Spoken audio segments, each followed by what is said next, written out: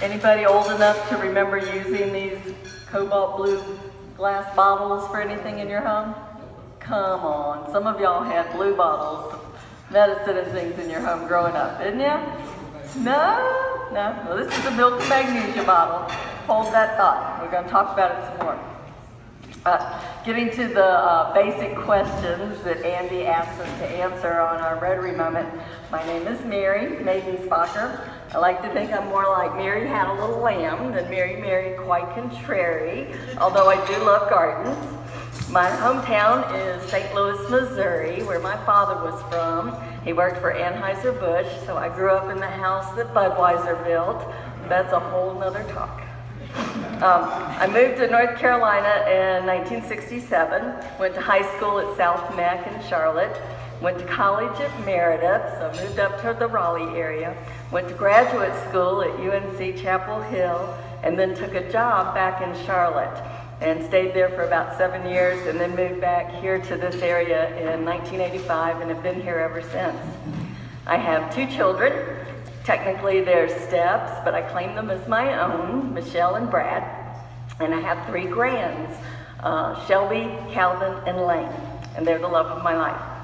For the past 22 years, and for the next 203 days, I'm the Executive Director of Life Experiences. And then we'll see what next adventure comes. So why did I join Rotary? Well, because Scott Rossi asked me. And you know how timing is everything? I've been asked before by people to join Rotary. I've been asked to join several different clubs. And I always said no because of family commitments, my job, time commitments, whatever. And I also felt like I would be disloyal to the other clubs if I joined one that was kind of playing favorites. So I turned them down. Then in 2011, I found myself single for the first time in over 20 years, and I had time, and I needed to find something to do with that extra time I had, since I wasn't taking care of a family anymore, and I wanted something meaningful to do, and Scott asked me to join Rotary, and I was like, oh, what a good idea. So all those other issues that I had about loyalty and time and stuff, I realized were just excuses. They weren't really reasons, because I had time. You make time for what you want to do, and it has just been a perfect fit, perfect for the void in my life and to fill that void with the meaningful jobs and opportunities, and I've just absolutely loved it. The last question we were asked to talk about was our passions. My passions are my family, my dog Sydney, who many of you have met, wine, friends, wine with friends.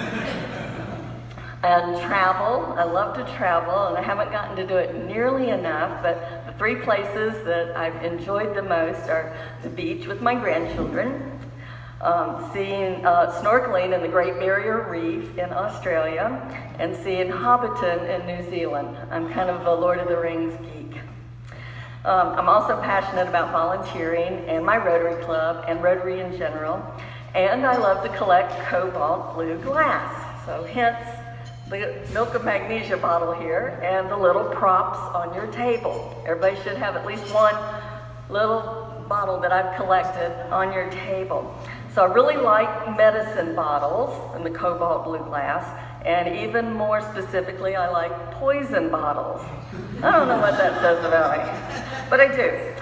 So how do you know if a medicine bottle is a poison bottle or not? Well, one of you out there has an example that's pretty clear that it's a poison bottle. Anybody see that one? Sherry. Well, it says poison on it. Hi. So that's a pretty clear indication it's a poison bottle, right? But what if many years ago you had these glass bottles and they had things like poison on them, but you didn't read? Many people were illiterate in those days, so they couldn't read the word poison. So they decided they needed another way to do it. They also, a lot of people didn't have electricity. So in the middle of the night, when you needed to take your medicine, it's on your bedside table. You didn't want to have to get up and light your kerosene light or a candle or something. You wanted to just be able to know what it is. So they made the bottles bumpy. So anybody have bumpy bottles? They don't necessarily say poison, but they have bumps on them, look like a washboard, or little bumps down the sides and corners. Those are poison bottles, so be careful if you touch them. No. But those are my favorite passions. So if y'all are ever out and about and at an antique shop and you see some little bottles, little blue bottles, and they're not too expensive, please get them for me and I'll be glad to reimburse you because I'd love to grow my collection. That's all.